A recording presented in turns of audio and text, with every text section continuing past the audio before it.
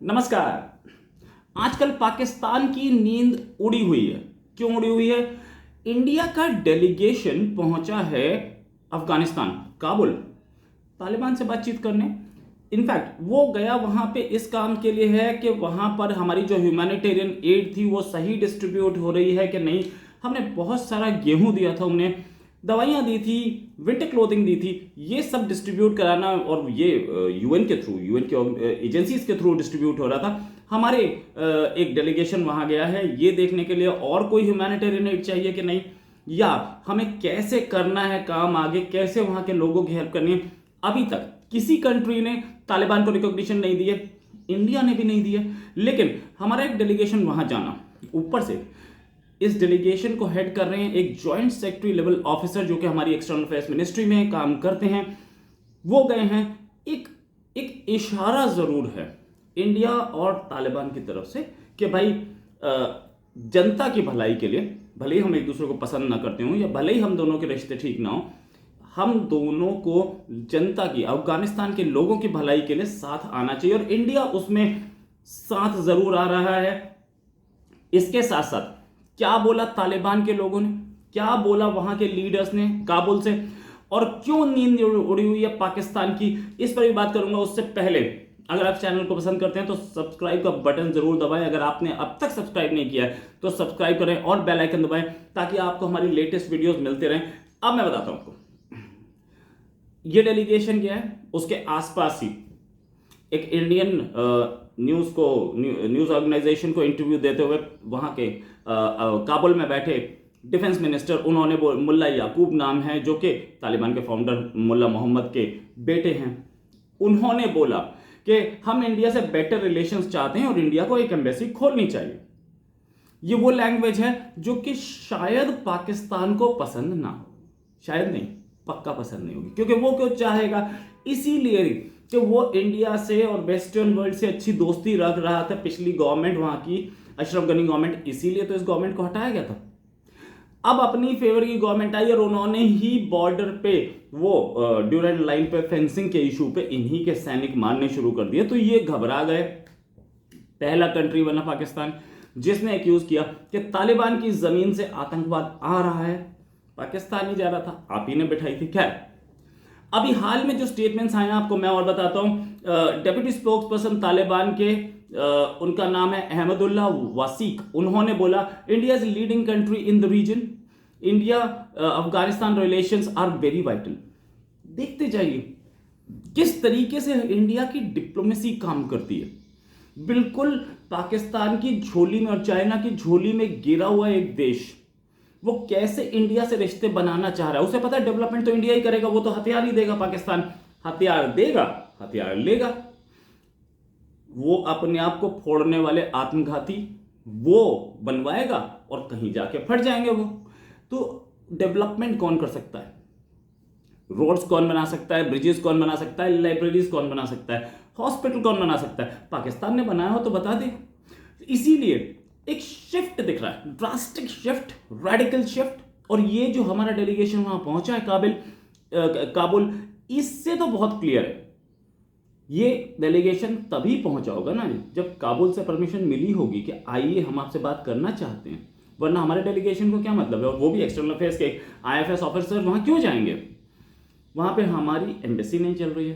करीब 15 देश के आसपास है जो कि थोड़ी एम्बेसी चलाते हैं, जिसमें पाकिस्तान है, चाइना है, रशिया है और कुछ सेंट्रल एशिया कंट्रीज। बाकी कुछ वो हैं, कुछ कंट्रीज हैं जिनकी एक एम्बेसी है, एक दो आदमी बैठते हैं, कोई ऑफिशियल नहीं चल रही है। हमारी एम्बेसी वहाँ चल नहीं रही, हमारे भी एक दो आदमी बैठे हैं, या वो भी क्लियर है कहानी। बस सिचुएशन इसके अभी हमारे वहाँ कोई एम्बेसी नहीं है। वो जो एम्बेसी है उसके रख रखाव हो जाएगी, वो चलती होगी, ताला लगा होगा, एक आदमी बैठा होगा, ऐसी सिचुएशन है। मतलब हम दोनों, हमारी वो एम्बेसी कोई काम नहीं करती वहाँ पे। यही बोला इन्होंने कि भाई एम्बेसी जल्दी खोली जाए। अब मैं आपको बताता हूँ एक और लीडर अनस हक्कानी, उन्होंने क्या बोला।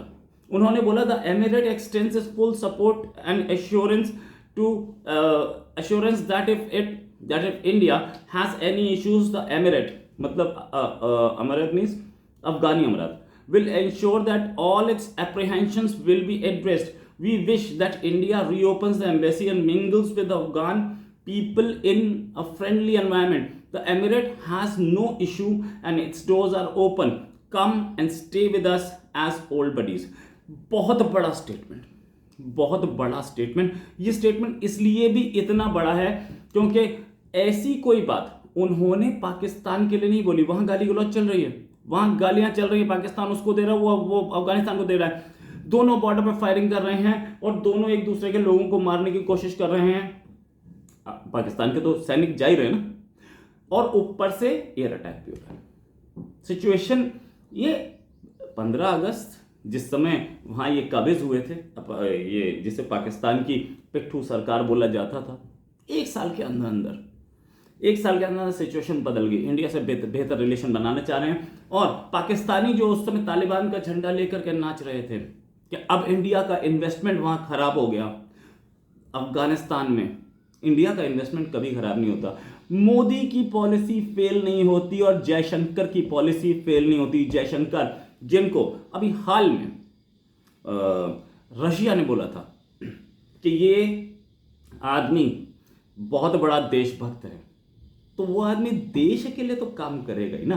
क्या आगे बात करते हैं। इंटरनेशनल रिलेशन में बहुत कुछ हुआ है। इंडिया ने 20,000 मेट्रिक टन गेहूं भेजा था, 13 टन दवाइयां भेजी थी, 5 लाख डोज भेजी थी कोविड वैक्सीन की, साथ में गर्म कपड़े भेजे थे और इसके साथ चला था रिलेशंस इंडिया से बेटर बनाने का दौर। अभी हाल में दुशानबे में, यानी कि ताजिकिस्तान की राजधानी में, नेशनल सिक्योरिटी एडवाइजर्स की 4th regional dialogue for security हुआ था और उसमें हमारे national security adviser Ajit Doval थे।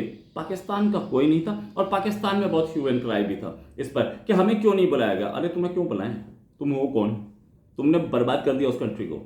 वो कंट्री में जो तुमने हुकूमत बैठाई थी वो भी तुम्हें पसंद नहीं करती, तो क्यों बुलाया जाए? हमारे नेशनल सिक्योरिटी एडवाइजर ने बोला था कि हम कंट्री के लिए, अफगानिस्तान के लिए बिल्कुल तैयार हैं और वहां से आतंक कहीं बाहर नहीं जाना चाहिए, हम उसको सपोर्ट करेंगे। गर्ल चाइल्ड एजुकेशन पे भी बोला था कि एक इंक्लूसिव गवर्नमेंट बना है अफगानिस्तान में और साथ में गर्ल चाइल्ड एजुकेशन दी जाए। ये सारी चीजें जो कि इंटरनेशनल कम्युनिटी बोलती है, अरे वो चाह रहे थे।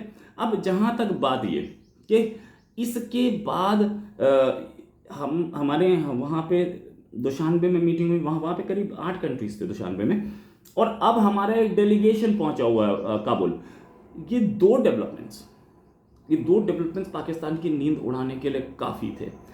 पाकिस्तान की अब हालत यह है, वो सोच रहा है कि भैया मैं इस सरकार को लाया और ये इसमें इनरोड्स बना गया इंडिया, दोस्ती बना गया इंडिया, और इंडिया अब वो तो उसके पास तो हमले हो ही रहे हैं ना, तो आतंकी हमले पाकिस्तान में हो रहे हैं। ये पहले क्लेम करते थे, पाकिस्तान पहले क्लेम करता था कि मेरे पास जो आतंकवाद आता है वो अफगानिस्तान से आता है, जहां रॉ ने ट्रेनिंग कैंप्स बना रखे हैं और मेरे पास हमले कराते हैं। अब जब सरकार चेंज हो गई 15 अगस्त, उसके बाद हमले बढ़े। 1 महीने तक चलो असला बारूद पड़ा था, वो यूज हो गया, 2 महीने यूज हो गया, 3 महीने यूज हो गया, आज तक चल रहा है। कैसे? हम तो अभी सिर्फ गेहूं भेज रहे हैं ना, वो गेहूं से वो तो बना नहीं होगा, विस्फोटक तो बना नहीं होगा जो फट जाए। तो ये आपके अपने घर का होम ग्रोन गेम है। अब उस होम ग्रोन गेम को आपको खुद नहीं पता क्या ऐसा है, किसको हथियार दे रही है और आर्मी किसको दे रही है, हम उसमें क्या कर सकते हैं। ये देखने वाली बात है कि पाकिस्तान की सारी पॉलिसीज फेल होती जा रही हैं। और कल इमरान खान ने जो बोला कि टूट सकता है पाकिस्तान 3 हिस्सों में, हालांकि इंडिया का कोई ऐसा इरादा नहीं और इंडिया कोई ऐसा स्टैंड नहीं रखता और इंडिया के किसी प्राइम मिनिस्टर ने बोला। आपका अपना फॉर्मर प्राइम मिनिस्टर बोल रहा है, उससे बात कीजिए, हमसे क्यों बात कर रहे हो आप। लेकिन बोला है इस तो सिक्योरिटी में कहीं ना कहीं इशू तो है, वरना कोई प्राइम मिनिस्टर ऐसा, फॉर्मर प्राइम मिनिस्टर ऐसा स्टेटमेंट नहीं दे सकता। इसको देखना जरूर, और इस रिलेशन में देखना जरूरी कि अफगानिस्तान से आतंकी हमले बढ़ गए और चाइना पुल आउट कर रहा है। इसी के साथ एक और खबर के साथ हाजिर होंगे। नमस्कार, जय हिंद।